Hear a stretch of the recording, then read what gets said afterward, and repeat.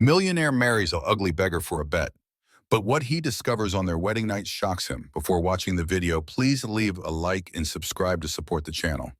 Under the golden haze of twilight, Damian Whitmore, a man whose wealth was only rivaled by the chill in his heart, stood on the marble terrace of his penthouse suite, overlooking the glittering city skyline. To the world, he was invincible, sharp-witted, impeccably dressed, and utterly untouchable. His eyes were a mirror of detachment, his smile rarely reaching past the surface. Everything about Damien screamed control. He was the kind of man who never made decisions with his heart because he didn't believe in such foolishness. "Still brooding over your empire?" came a voice smooth and amused. Damien turned slightly, recognizing the smirk of his longtime friend and occasional rival, Julian Crane. Julian held 2 glasses of scotch and a glint of mischief in his eye as he handed Damien one. The two clinked their glasses together, habitual, hollow. "You always said," Julian began, stepping beside him, "that money could buy anything. Power, prestige, even affection." Damien raised a brow, indifferent. "Because it can." Julian chuckled, tapping a finger against the crystal glass. "Then I suppose you'd be up for a little challenge. Something entertaining." Damien didn't flinch. "Try me." Julian leaned over the rail, nodding toward a dim street corner far below. Under the flicker of a broken street lamp, a figure sat alone on the cold concrete, a woman hunched beneath a tattered shawl, her face obscured by tangled hair and years of sorrow. Passers-by ignored her. The world had forgotten her. "There," Julian said with a grin. "That's your challenge."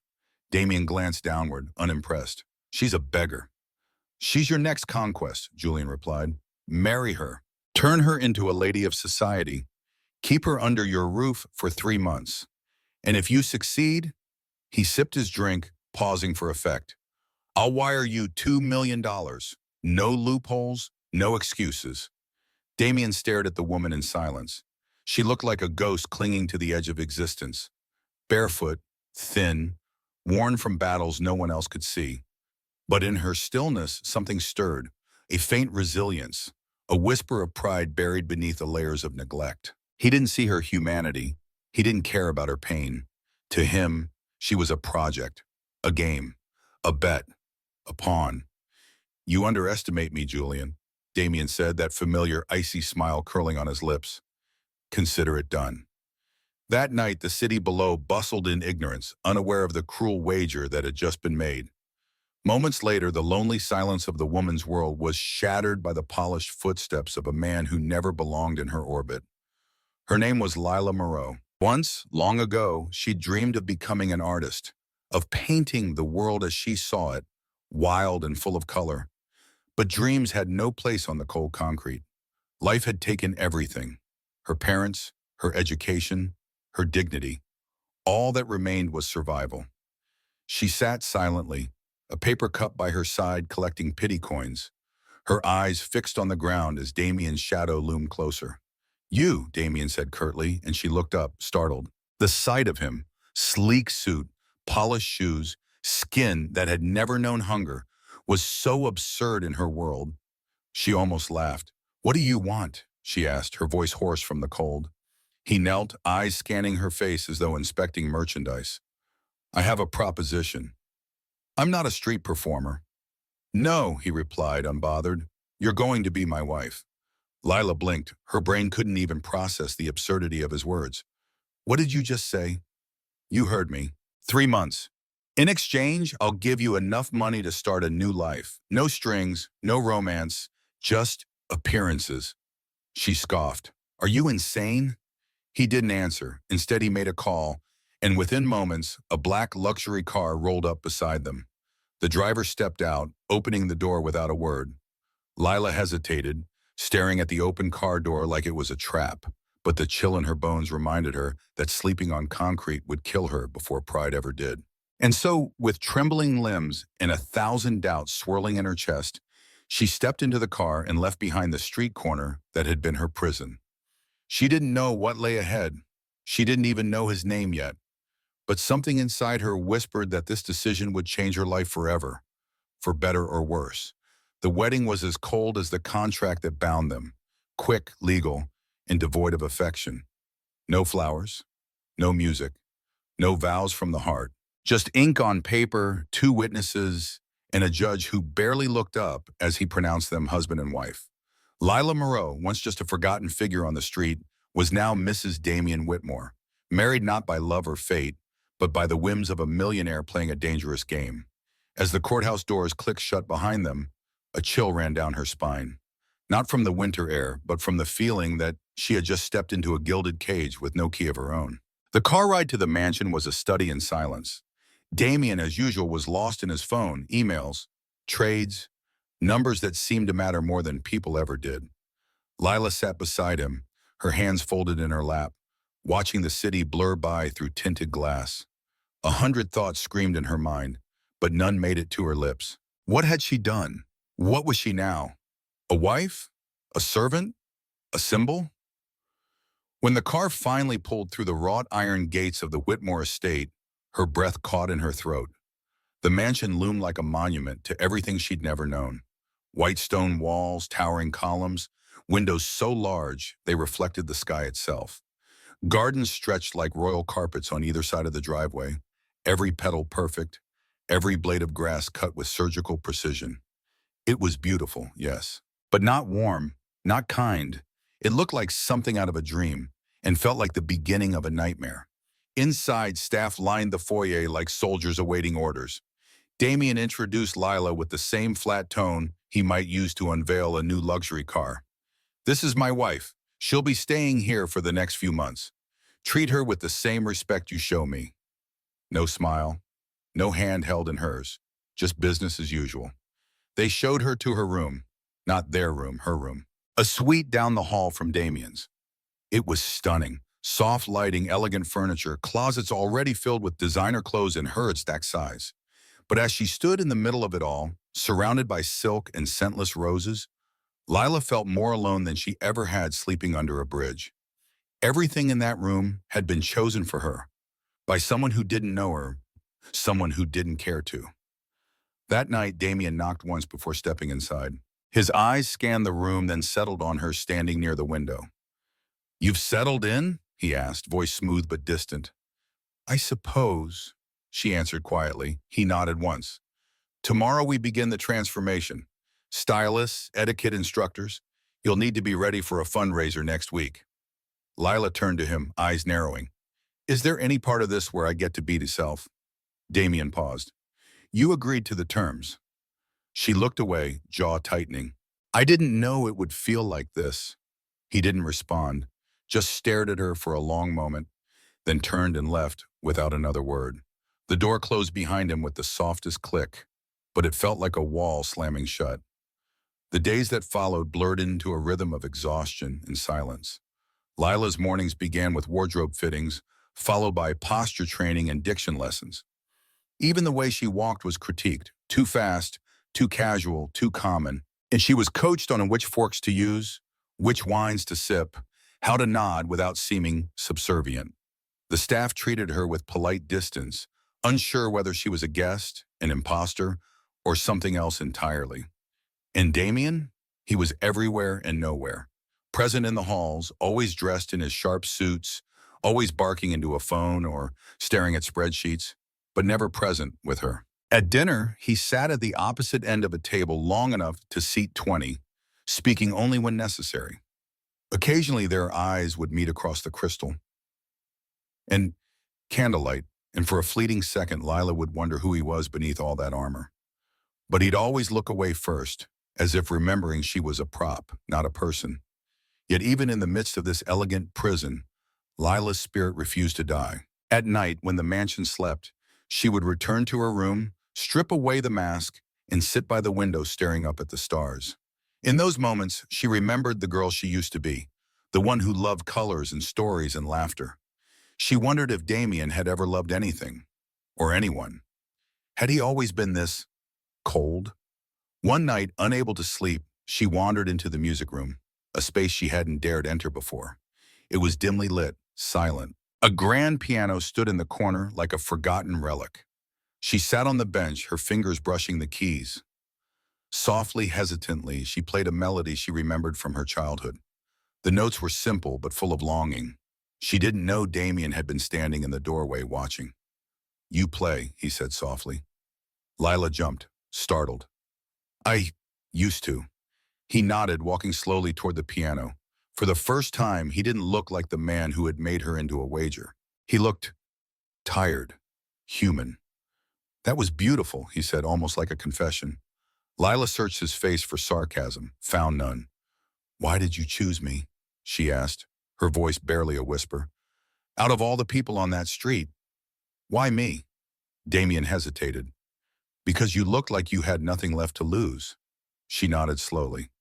"And now?" His eyes met hers. "Nep, I'm not so sure." But whatever spark passed between them in that moment was quickly smothered the next day when Lila overheard one of the maids whispering, "She's just a project. He'll discard her when he's done." Those words burned more than any winter wind ever could, because deep down, she feared they were true. Lila began to see the world of wealth for what it truly was, polished on the outside, empty on the inside. She wore dresses worth more than her childhood home, sat beside men who joked about stocks while sipping champagne, and yet she had never felt less seen. Every time she smiled for a photo, every time Damien rested a hand on the small of her back in public, it felt like a performance, a charade, and the audience had no idea that the bride they admired was drowning in a sea of silence. But Lila wasn't broken. Not anymore. In the quiet hours before dawn, she would stare into the mirror and remind herself, "This may have started as a transaction, but I am not for sale." She would reclaim herself, if not in Damien's world, then in her own. And Damien, he didn't know it yet, but the woman he thought he'd chosen for a bet was about to rewrite the rules of his carefully crafted game. This was no longer just about transformation or appearances. This was about truth. And if you've made it this far, dear listener, don't stop now, because what happens next will challenge everything Damien thought he knew about control and everything Lila thought she knew about love. Stay with me, and let's see how this strange marriage, born in cruelty, might just stumble into something real. It happened on a Tuesday, quiet, gray, and unassuming. But sometimes it's the quiet days that shake your world the hardest. Lila Moreau had been in the Whitmore mansion for just over 2 weeks, and though her body now moved through gilded halls and silk-sheeted beds, her heart still clung to survival mode. She spoke softly, smiled when required, and carried herself with the grace the instructors demanded. But behind her eyes was a storm, a tightly wound string of memories and pain that had never really healed. She hadn't come to the mansion to find peace. She had come to survive. Again. That afternoon, she wandered into Damien's study, something she usually avoided. The space was masculine, cold, full of heavy furniture and heavier silence. But Damien was away at a board meeting, and curiosity had gotten the better of her. She had hoped, perhaps foolishly, to find a glimpse of the man beneath the armor. Maybe an old photo, a childhood trinket, something real. What she found instead shattered her. A folder lay half open on his desk, marked only with the initials JC, Julian Crane. She wasn't looking to pry, only to tidy it, to close the folder and retreat. But the pages inside called to her like a scream in the dark. Her eyes scanned the lines. "She's agreed. It's only a matter of time before I win. $2 million for a 3-month performance. She won't last. None of them ever do. DW." Her breath hitched, each word cut deeper than the last. She flipped through the documents, her fingers trembling. Emails between Damien and Julian, banking statements, even legal notes referring to the temporary marital arrangement. There it was, in black and white, not just a hunch, not just a suspicion, a cruel, deliberate game. She was the game. Her legs gave out, and she sank into Damien's chair, the leather swallowing her as her mind spiraled. Her heart raced with betrayal, humiliation, disbelief. She had known, deep down, she'd always known there was something darker behind Damien's offer. But reading it, seeing the evidence, feeling the calculated detachment in his own words, broke something inside her she wasn't sure could ever be repaired. And then, as if the universe hadn't finished its cruelty, another memory slammed into her like a wave hitting brittle stone. That voice, the same icy tone, the clipped cadence, she had heard it before. Suddenly, she was no longer in a mansion. She was 24 again, In a borrowed blazer with a coffee stain she had tried to hide with perfume. Her palms were sweating as she clutched a resume she'd rewritten a dozen times. She'd practiced every possible answer to every possible question. She was desperate, but hopeful. The company had been Whitmore International. The man across the desk, sharp suit, slick back hair, a jaw that looked carved from marble. Damian Whitmore. She remembered every word he said that day. "We don't have time for charity hires." His voice had been ice. His smirk, cruel. "Your resume is weak, and frankly, so is your presence." She had left the office that day with tears streaming down her face, her hands empty and her hope crushed. It was the last job interview she had ever had. Days later, her apartment had been gone, her car repossessed, and just like that, she was on the streets with nothing but a duffel bag and the echo of his rejection ricocheting in her head. And now, years later, here she was, married to the same man who had kicked the first domino in her downfall. He hadn't recognized her, or maybe he had and hadn't cared. Either possibility hurt the same. Lila stormed out of the study, her pulse roaring in her ears. Rage and grief churned together, making her feel sick. She went straight to her room, her sanctuary, where she finally let the tears fall. They weren't soft tears. They were angry, hot, gut-wrenching sobs from the place inside her where pain had long been kept quiet. But it wasn't quiet anymore. That night, she didn't come down for dinner. The staff knocked softly, but she said nothing. Damien didn't come either, not until hours later. She heard his footsteps before she saw him. He entered her room without knocking, pausing when he saw her sitting on the floor, back against the bed, tear-streaked and clutching a pillow like a lifeline. "Lila," he began, his tone unfamiliar, gentle even. She stood slowly, setting the pillow aside. Her eyes locked onto his like fire onto dry wood.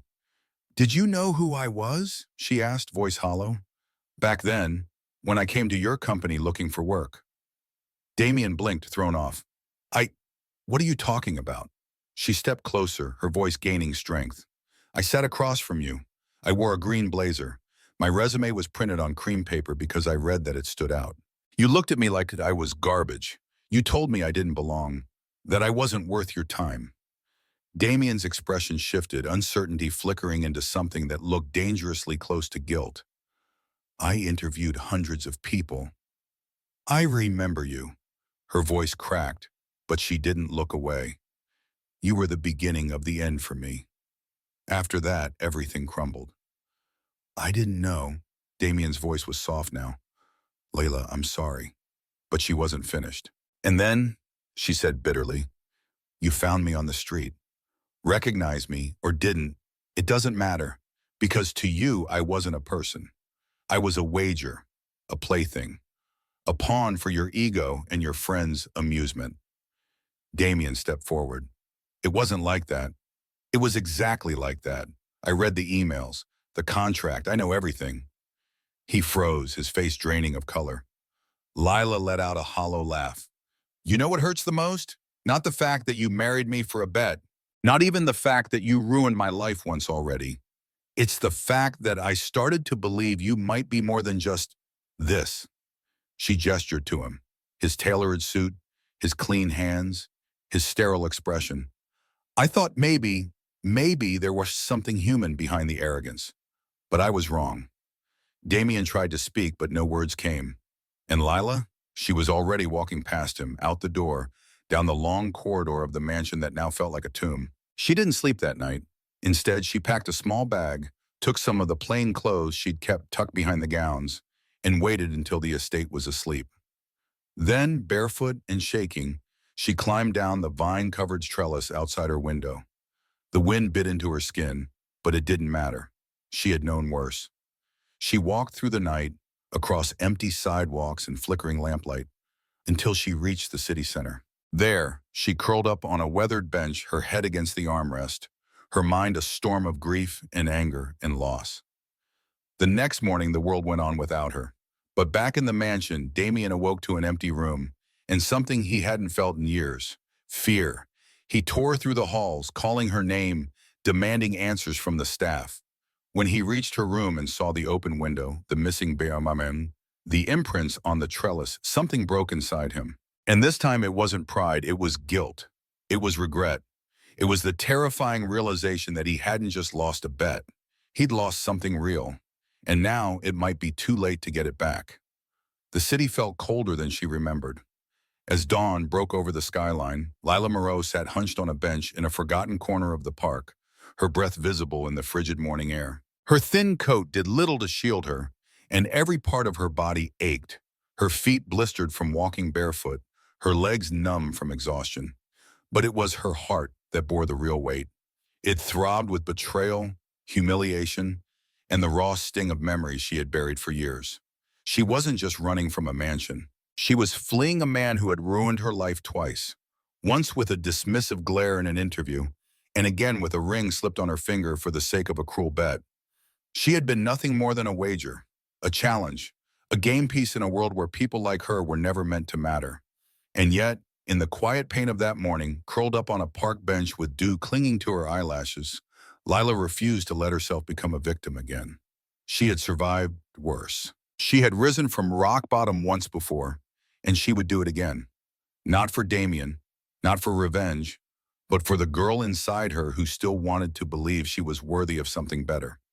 Meanwhile, back at the Whitmore estate, Damien was unraveling. The news of her disappearance hit him like a tidal wave, knocking the wind from him and leaving only panic in its wake. He had been so certain, so calculating, so confident that Lila would stay, that his money and the comfort he provided would be enough to bind her. But he hadn't understood. She wasn't afraid of discomfort. She'd lived through pain he couldn't imagine. What terrified her was being used, lied to, manipulated, and that was exactly what he had done. "She's gone," the butler reported quietly. "Slipped away sometime after midnight. We found the window open." Damien stood in her room staring at the half-made bed, the empty drawer, the faded coat hanger where her jacket used to hang. His gaze moved to the windowsill, where tiny smudges of dirt marked her escape. And for the first time in years, he felt powerless. Not because he'd lost a bet, but because he might have lost something real. Something that had slowly, quietly taken root in his chest. He didn't care about the $2 million anymore. He didn't care about the smirks Julian would flash at their next encounter. He cared about her, the fire in her spirit, the stubborn defiance in her voice, the way she challenged everything he thought he knew about himself. Grabbing his coat, Damien stormed out of the mansion. He didn't wait for his driver. He didn't call the police. He drove himself through the waking streets of the city, eyes scanning every alley, every bus stop, every park bench. And all the while, guilt gnawed at him like a beast. He tried to justify it, told himself it was just a bet, just a harmless transformation, a social experiment. But now he saw it for what it really was, a betrayal of a woman already broken by the world who had dared to trust him anyway. Hours passed before he spotted her. She was huddled on a bench, her knees pulled to her chest, arms wrapped tightly around herself. Her face, pale and streaked with dried tears, looked toward the horizon as if hoping the sun might offer warmth that life never had. Damien pulled over so abruptly that his tires screeched. "Lila!" he called out as he ran toward her. She didn't move at first. She was barely conscious. Her body, already weakened from emotional exhaustion, had begun to shut down. "I'm here," he said, kneeling beside her, reaching out with trembling hands. "I've got you." Her eyes fluttered open, unfocused, distant. "Why?" she croaked. "Why did you come?" "Because you matter," Damien whispered, his voice cracking. "Not because of a bet. Not anymore. Because I see you, Lila. And I'm sorry." She shook her head weakly, trying to push him away. Don't touch me." Damien didn't argue. He took off his coat and wrapped it around her shoulders, careful not to cross the invisible line she had drawn. Then gently he lifted her into his arms. She didn't fight. She was too cold, too tired. But even in her weakness, she kept her face turned from his. At the hospital, the doctors moved quickly. Severe dehydration, mild hypothermia, fever from prolonged exposure. Damien sat outside her room for hours, head in his hands, replaying every word he'd said to Julian, every cold decision he'd made. The truth was, he hadn't just underestimated Lila. He had failed her, completely. When the doctor finally told him she'd wake soon, Damien walked into the room, slowly, silently. He sat by her bedside, watching her chest rise and fall, her fingers twitch in the sheets. She looked so small beneath the white blanket, so fragile. But still, even in this state, she had a quiet strength that radiated from her. When she opened her eyes, she didn't flinch at the sight of him. But she didn't smile either. "You should go," she whispered. "I won't," Damien replied softly. "Not unless you tell me to." She looked away. "You broke something," she said. "Something I was barely holding together." "I know," he said, his voice raw, "and I'll spend every day trying to make it right." Lila closed her eyes again, too tired to respond, but she didn't ask him to leave. Over the next few days, Damien remained by her side. He brought her soup, warm socks, even books she might enjoy. He spoke less, listened more. When she cried, he didn't offer platitudes, he simply stayed. One evening, as she sipped tea with trembling hands, Lila finally spoke again. "Do you even know what it's like to be discarded?" Damien didn't answer immediately. "No," he said honestly, "but I know what it's like to realize you've discarded someone who didn't deserve it." She nodded slowly, staring into her cup. "I don't trust you," she said. "You don't have to," he replied. "I'll earn it, or I'll try, even if you never give it." Silence followed. Then softly, "Why did you come looking for me?" He met her gaze. "Because somewhere along the way, this stopped being a performance, and I didn't just lose the bet, Lila. I lost myself." That night, as Damien left the hospital room, he passed a small mirror in the hallway. He didn't recognize the man staring back. The tailored perfection, the ice-cold stare. They were gone. In their place stood someone uncertain, someone ashamed, someone beginning again. And as for Lila, she wasn't ready to forgive him, but she had let him in the door, and that perhaps was the first step toward healing, for both of them. The day Lila was discharged from the hospital was bright, but she didn't feel its warmth. The sunlight filtered through the taxi window as she rode in silence, arms folded across her chest, heart guarded like a fortress. Damien Whitmore sat beside her, quiet and watchful. He had offered his personal driver. She refused. He had suggested returning to the mansion. She declined. So now they sat in a cab like two strangers, bound not by romance but by a wound so deep it still bled with every breath. Damien respected her silence. For the first time in his life, he didn't try to fill the space with charm or justification. He simply existed beside her, humbled and waiting. She didn't want to go back to that house.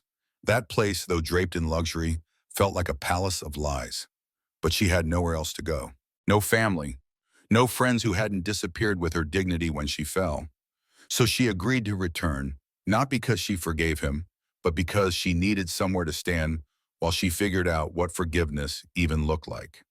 When they arrived, the staff was subdued. There were no grand gestures, no forced congratulations. Damien had instructed them clearly.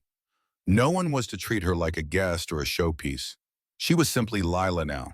A woman healing, a woman reclaiming herself. To her surprise, the room she had been given was different.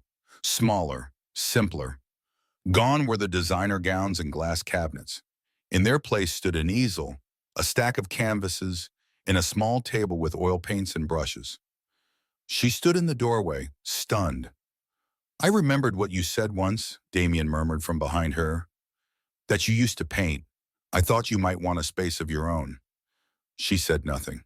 But later that evening, long after the lights had dimmed and the mansion had gone quiet, she dipped a brush into cobalt blue and painted a sky with no buildings. Just openness. Freedom. That night marked the beginning of something neither of them could name yet. In the mornings, Damien no longer disappeared into his study. Instead, he'd sit across from her at breakfast, sometimes saying little more than good morning, but always there. At first, Lila ignored him. Then she acknowledged him. Then one day, without realizing it, she asked how he liked his coffee. It was the smallest shift, but it cracked open something between them. One afternoon, she found him sitting alone in the library, holding a worn photo in his hand. He looked up, startled. "It's my mother," he said quietly, passing her the photo. "She died when I was 12. She was kind. Everything my father wasn't. I think I've spent my life trying to forget her voice, because remembering it made me feel too much." Lila looked at the image, a smiling woman with soft eyes. the same eyes Damien tried to hide behind cold calculation. Maybe, she said gently, you were afraid to feel anything because you thought it made you weak. He looked at her then, truly looked. Until I met you, he whispered, I was certain it did. From that day forward, something shifted. Damien began stepping into worlds that once made him uncomfortable. He visited local charities, sat in soup kitchens, listened, not as a donor looking to brag, but as a man realizing how little he knew. And every time he asked Lila to join him. She was hesitant at first, but then she saw how he spoke to people. He didn't flaunt his wealth. He didn't mention his name. He just listened, like a man trying to understand. One visit struck her more than the others. It was a battered women's shelter, quiet, clean, guarded by a worn-faced woman with steel in her spine and kindness in her voice. Damien sat beside a young woman who had escaped an abusive marriage. She held her baby in one arm and her broken past in the other. I thought no one would believe me, the girl whispered. But someone did. That made all the difference. Damien reached into his coat and handed her a small notebook. Write your story, he said, even if no one reads it. It'll remind you you're still here. Lila watched from a distance, tears stinging her eyes. She wasn't sure when Damien had learned to care, but he was learning, and that mattered. Back at the mansion, she began spending more time in the art studio. Her paintings evolved. The colors grew bolder, the lines more confident. With each stroke of the brush, she reclaimed a part of herself that had been stolen by poverty, by rejection, by that courtroom marriage. Damien never intruded when she painted, but every now and then, he'd peek in quietly, a cup of tea in hand, and set it down without saying a word. One day, she finally offered him a seat. I've been working on something, she said, a hint of nervousness in her voice. It's different. He walked over, his eyes widening as he took in the painting. It was a butterfly emerging from a torn cocoon. The wings weren't perfect. One was slightly cracked, but it was beautiful, resilient. That's you, he whispered. No, she replied softly. That's us. Damien looked at her, stunned. I haven't forgiven you, she said, not fully, but I see the man you're becoming, and maybe that's enough to start over. From that moment, their mornings turned warmer, their silences softer. She no longer avoided him, and he no longer tried to prove himself with gifts. Instead, he proved himself with presence.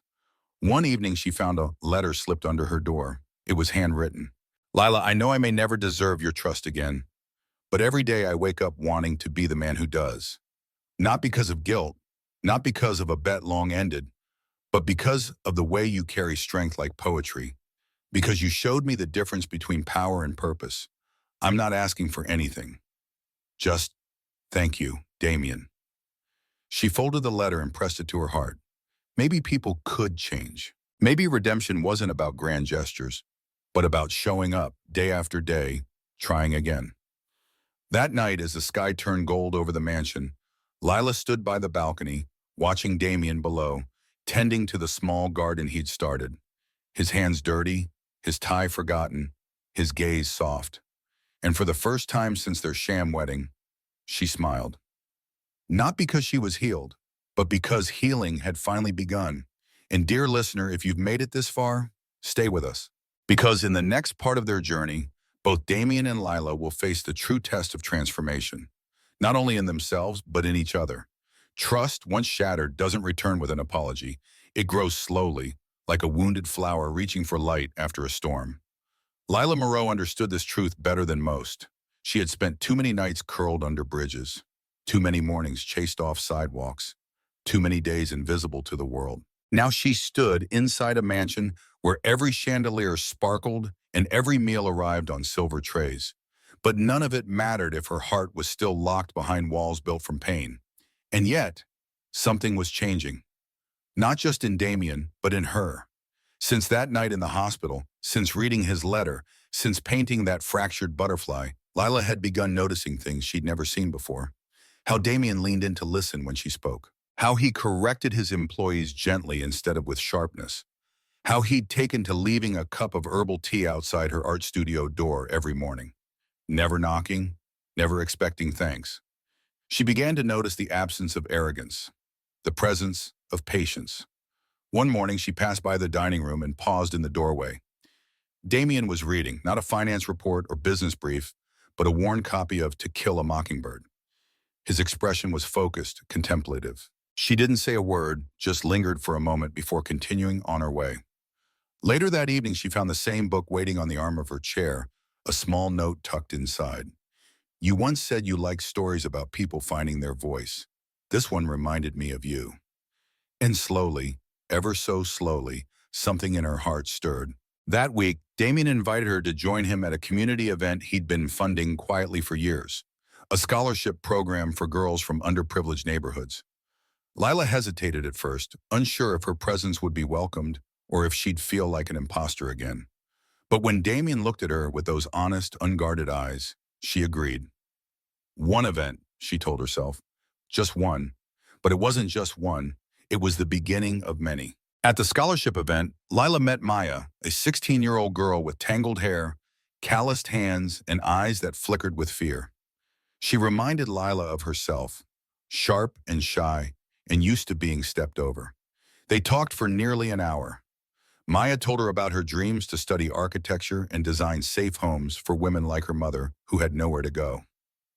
You can, Lila whispered, gripping her hand. And if no one else believes in you, I will. Damien watched from across the room, silent and still. He saw something in Lila's eyes that night, a spark that had been buried deep, now glowing again. She wasn't just healing, she was beginning to trust her voice again.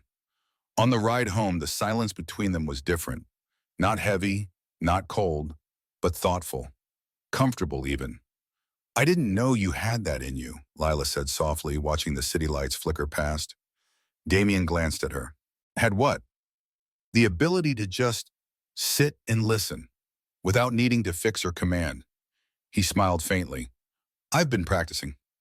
Well, she said, a trace of warmth in her voice. You're improving. When they arrived back at the mansion, Lila turned to him just before getting out of the car. I'm not saying I trust you completely, she said, but I can see you're trying. Damien nodded. I don't expect anything more than that. For the first time in weeks, they shared a moment of quiet that felt easy. In the days that followed, their partnership deepened. Not romantically, not yet, but as two people slowly growing into a rhythm of understanding. They planned more visits to shelters and centers. They hosted art therapy sessions. They even began sketching out an idea for a community center, a place where people like Lila used to be could find warmth, resources, and dignity. It was during one of those planning sessions that Damien surprised her with something. I want you to lead it, he said, laying a proposal on the table. You know what these people need better than I ever could, and I trust you. Lila stared at the papers. Her name was listed as the co-director. Her artwork would be featured in the design. There were outlines for programs she had only dreamed of creating. You're handing me all this? She asked, stunned. I'm not handing it to you, Damien said. You've earned it. For a moment, she couldn't speak. No one had ever believed in her like that before. And perhaps that's when the biggest shift occurred. Not just in how she saw him, but in how she saw herself. That night, Lila walked into the kitchen while Damien was cleaning up from dinner. She stood in the doorway for a long moment before speaking. I never told you what it felt like, the first time you turned me away. He stopped, hands still wet, heart suddenly still. I was so sure that interview was my break. I had worked so hard. I borrowed shoes that were 2 sizes too small just to look presentable. She looked down at her hands. When you said I wasn't worth the time, something in me broke, and I spent years trying to glue it back together. Damien turned slowly, his eyes dark with remorse. I remember that day now, he said, and I've hated myself for it ever since. Lila took a breath. But the thing is, I don't want to carry that version of you with me forever. I want to believe that people can change. Damien stepped closer. And I want to show you that I have. They stood in silence, only the hum of the refrigerator between them. Then Lila reached into her pocket and pulled out a small item, a painted stone no bigger than her palm. It bore the image of a butterfly, mid-flight, wing cracked but still beating. I made this the day I came back, she said, placing it on the table between them. It's not perfect, but it's proof that broken things can still become something beautiful.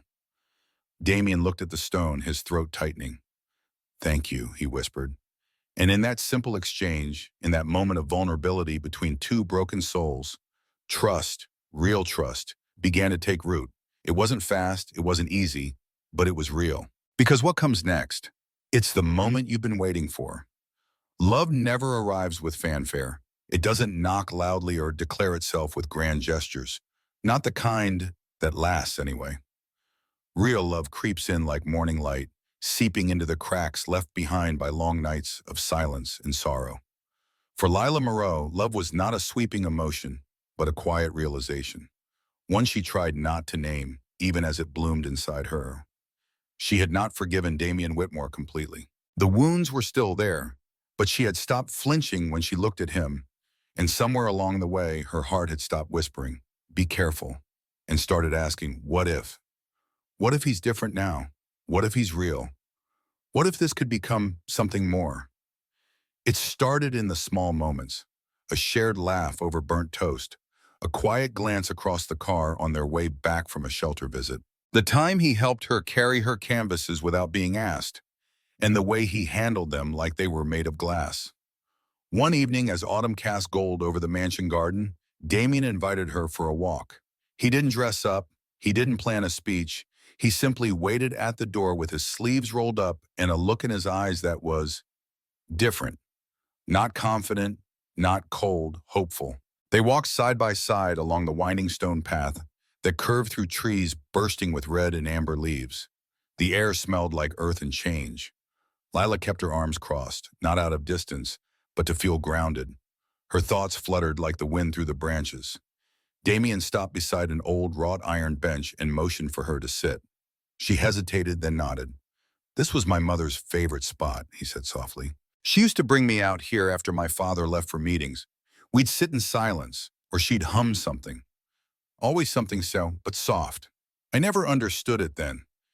Now I think it was her way of keeping her heart from breaking." Lila turned toward him, surprised by the vulnerability in his voice. "She must have been strong," she said. "She was, and I wasn't." Damien paused, looking down at his hands. "I've hurt people, Lila. Not just you. I built a life on winning, on being cold, because I thought that's what strength was." He looked at her then, eyes searching hers like a man afraid of his own truth. "But when I lost you that night, when I found you in the park, shaking, barely breathing, I realized something. I realized I was more afraid of losing you than I was of losing everything I built." Lila's breath caught. The silence between them pulsed with meaning. "I don't expect you to feel the same," he said quickly. I needed you to know that it's not about guilt anymore, or redemption. It's about you." She looked away, heart pounding, trying to form a response. But how could she? Her emotions were 1,000 tangled threads. Trust, caution, memory. But beneath it all was a truth she couldn't keep denying. She didn't want to walk away from him anymore. Not long after, something shifted again. One evening, Damien surprised her with a room she had never seen before, tucked at the far end of the mansion, its windows wide and open to the horizon. It wasn't grand, it wasn't polished, but it was filled with natural light and a long wooden table covered in art supplies, community project drafts, and handwritten notes. "I thought you might want a space where your voice, your real voice, could live," he said. On the wall was a large, empty canvas. "For you to decide what comes next," he added. "No pressure, no expectations." Lila stood in the room, stunned by the simplicity of it all. There were no roses, no diamonds, just a quiet invitation to belong. That night, she didn't sleep much. She lay in bed, watching moonlight filter across the ceiling, replaying every word, every look, every silence that had passed between them in recent weeks. And slowly, with trembling honesty, she allowed herself to whisper the words out loud. "I care about him."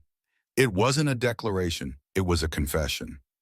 The next morning, she walked into the kitchen to find Damien already there, flipping pancakes with a lopsided grin.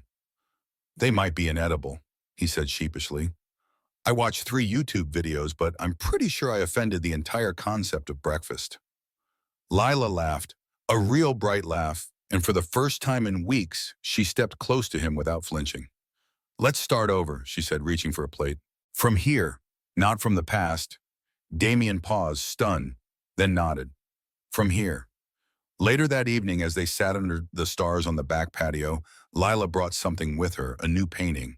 She hadn't shown him yet. She unwrapped the canvas slowly and turned it toward him. It was them, two figures standing apart, beneath a stormy sky, reaching toward each other across a crack in the earth. But the chasm was filled with color. Not blackness, not fire. Hope. Damien stared at the painting, his throat tight. "Is this?" he whispered. "Us?" Lila nodded. "It's what we were, what we are, and maybe what we're becoming." He looked up at her, eyes glassy, voice raw. "I've never loved anyone, Lila. Not really. But I think I've been falling in love with you for a long time now. I just didn't know how to say it." And finally, Lila reached for his hand. She didn't say she loved him yet. She didn't have to, but she didn't pull away. And that, in its quiet defiance of everything that came before, was louder than any vow. From that moment, things began to bloom, slowly, softly. They shared coffee in the mornings, read aloud in the evenings, walked together after long meetings at the community center. Lila taught Damien to paint. Damien taught Lila to trust that not every quiet meant danger. And when he kissed her for the first time, it wasn't urgent or demanding. It was a question. And she answered with a kiss of her own. Not because she was ready to forget everything that had happened, but because she was ready to start writing a new chapter. A chapter about them, together. So if you've stayed with us this long, dear listener, don't go just yet, because what comes next is not the end of their story. It's the beginning of their love. And sometimes the most beautiful love stories are the ones that rise, tender, scarred, and unshakably true, from the ashes of a broken bed. They say a family is not built in a day. It's built in moments. Quiet, fragile, extraordinary moments that change you in ways you never expected. For Lila Moreau and Damien Whitmore, love had come softly, like spring thawing frozen ground. But what neither of them knew yet was that something even greater was blossoming just beneath the surface. Something that would demand more than trust, more than change, something that would require unconditional love. It happened one gentle morning in late winter. Lila had been painting in the sunlit corner of the community center they'd built together, her canvas half finished, her fingers stained with ochre and emerald. Damien had been nearby, hunched over grant proposals, his sleeves rolled up, hair slightly tousled, looking more like a man at home than a former millionaire obsessed with perfection. Lila felt at first as a strange flutter in her stomach, then dizziness, then something she hadn't felt in a long time, a deep, aching exhaustion that didn't seem to match the rhythm of her day. She brushed it off at first. She'd been tired before. She'd known stress. Her body had carried the memory of cold nights and sleepless years. But as the days went on, the signs piled up, subtle, persistent, undeniable. It wasn't until she stood at the bathroom sink, hands trembling, a small white stick blinking back at her with two unmistakable lines, that the truth hit her like a breath she couldn't take. She was pregnant. Her knees gave out as she sank to the floor, one hand pressed to her stomach, the other gripping the test. Emotions came in crashing waves, fear, disbelief, awe, and beneath it all, hope. The past screamed at her, "You're not ready. You've barely healed. You don't know what comes next." But another voice whispered, "Maybe this time, you won't do it alone." That evening, Damien found her in the garden, seated on the wooden bench where they'd first truly seen each other. Her eyes were red-rimmed but peaceful. "Lila?" he asked, concerned. "What's wrong?" She turned toward him, hand gently resting over her abdomen. "Nothing's wrong, not this time."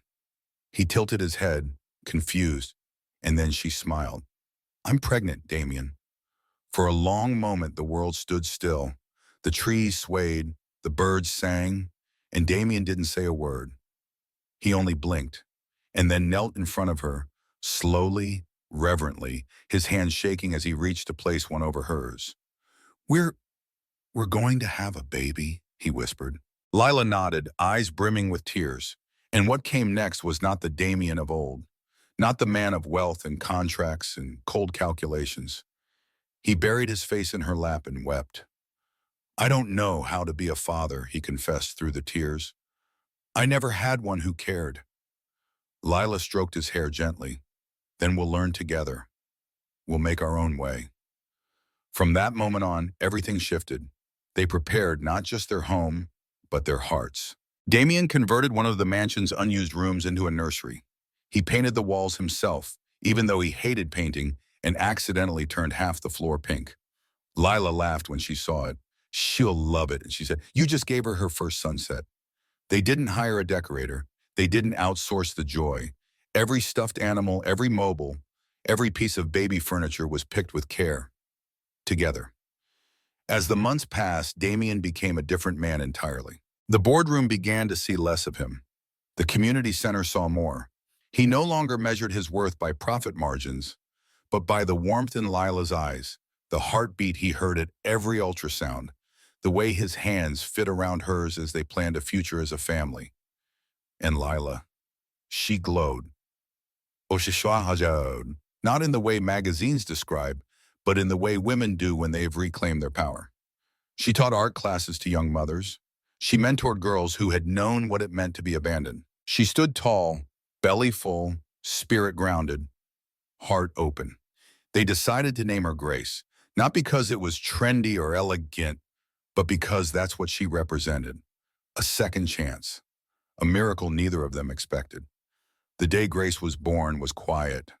No storm, no drama, just snow gently falling outside the hospital window. The world hushed in reverence. Damien held Lila's hand every second, whispering words of encouragement, his forehead pressed to hers. And when that first cry rang out into the room, sharp, insistent, full of life, both of them wept together.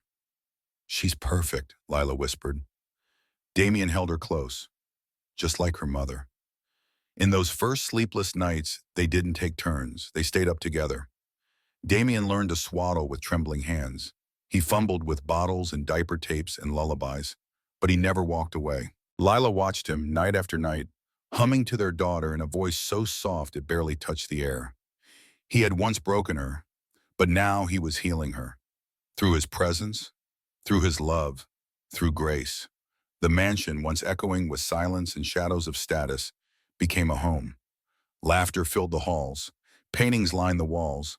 Lila's work, Grace's messy fingerprints, little handprints in blue and yellow. The community center thrived, their joint efforts changing lives every day. And every Sunday morning, Lila and Damien would walk through the garden with Grace nestled between them, her tiny hands grasping their fingers, eyes wide with wonder. The woman who had once begged on sidewalks now stood as a symbol of resilience. The man who once wagered love had learned to cherish it, and together they had built something no money could ever buy. Because this story, born in cruelty and risk, did not end in heartbreak. It ended in family, and sometimes that's the most extraordinary transformation of all. Years passed, not in a blur, but in a slow, purposeful unfolding, as if life itself was giving Damien Whitmore and Lila Moreau the time they needed to become something more than just a couple who beat the odds. They had started as strangers, bonded by betrayal and circumstance, but now, standing side by side beneath the golden light of their life's new chapter, they were more than lovers, more than survivors. They were builders, givers, healers. And above all, they were a family. The mansion had changed. What was once a cold fortress of solitude and wealth had become a living, breathing haven of warmth. The grand halls no longer echoed with silence, but with laughter.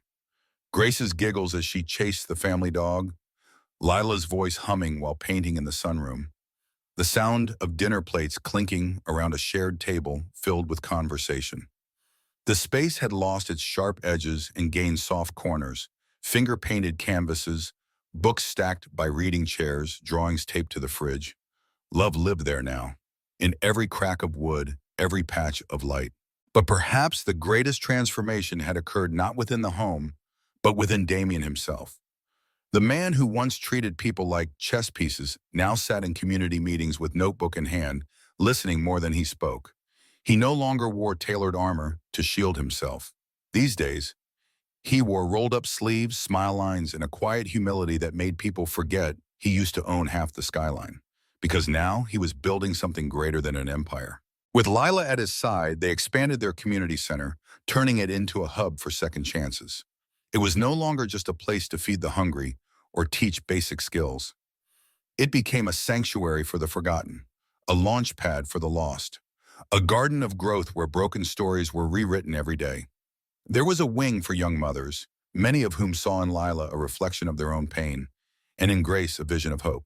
There were programs for former inmates re-entering the world, mentorships for at-risk teens, and late-night group sessions where men like Damien admitted they were still learning how to be gentle. It wasn't charity, it was restoration. One evening after closing time, Damien walked through the quiet halls of the center, stopping at a framed photo on the wall. A black and white image of the building as it once was, cracked, worn, forgotten. Below it, a brass plate read, "From broken things, we built something beautiful." Lila found him there, hands in his pockets, staring silently at the plaque. "You okay?" she asked, stepping beside him. He nodded, emotion caught in his throat. "I just keep thinking, if you hadn't agreed to that insane proposition, if you hadn't said yes, even just out of desperation, I don't know where I'd be." She took his hand. "You'd still be you. But maybe it took all that pain to become this version of you."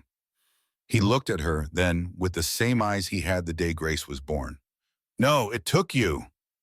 The next day, they gathered in the new auditorium for a milestone celebration, 5 years since the center opened.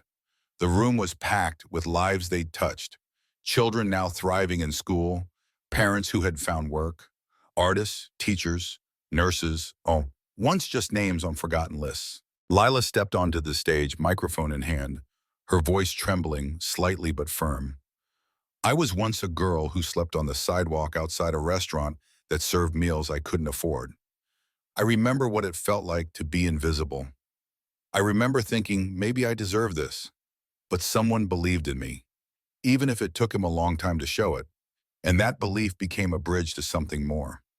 Her eyes met Damien's in the crowd. "We are not defined by what we've survived. We are defined by what we choose to build from it." The crowd erupted in applause. Later that night, Damien tucked Grace into bed, her tiny hand gripping his finger as she drifted off to sleep. He stayed by her side, marveling at how something so small could have such a profound hold on his heart. The man who once feared fatherhood now found his greatest peace in bedtime stories and whispered prayers. And Lila? She returned to the art studio they had built beside the community center, where she painted with survivors, young and old, who didn't know how to speak their pain, but found voice in color and form. Her latest piece was almost finished, a massive mural on the outer wall of the building. It showed a woman standing at the edge of a cliff, not about to fall, but about to fly.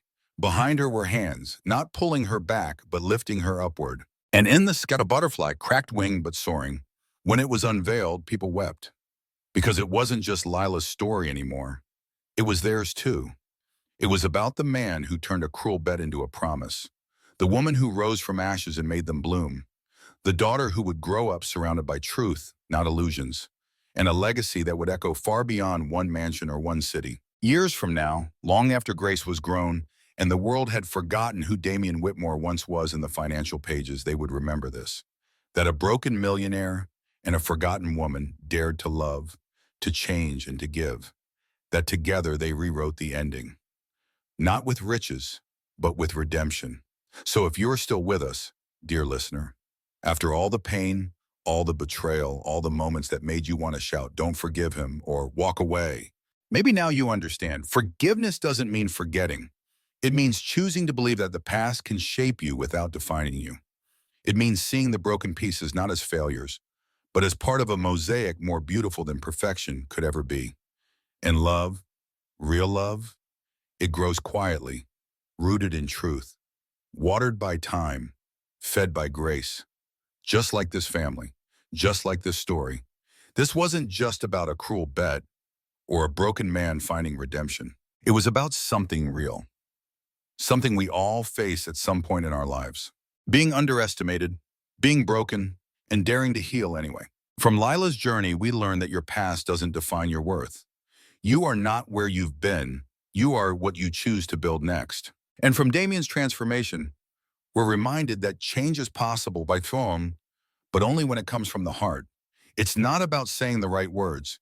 It's about becoming the right person. So whatever you've been through, whatever scars you carry, please remember this. You can rise, you can rebuild, and you are never too far gone to be seen, to be loved, and to begin again. If Lila's strength inspired you, if Damien's journey gave you hope, please show your support by liking this video and leaving a comment below.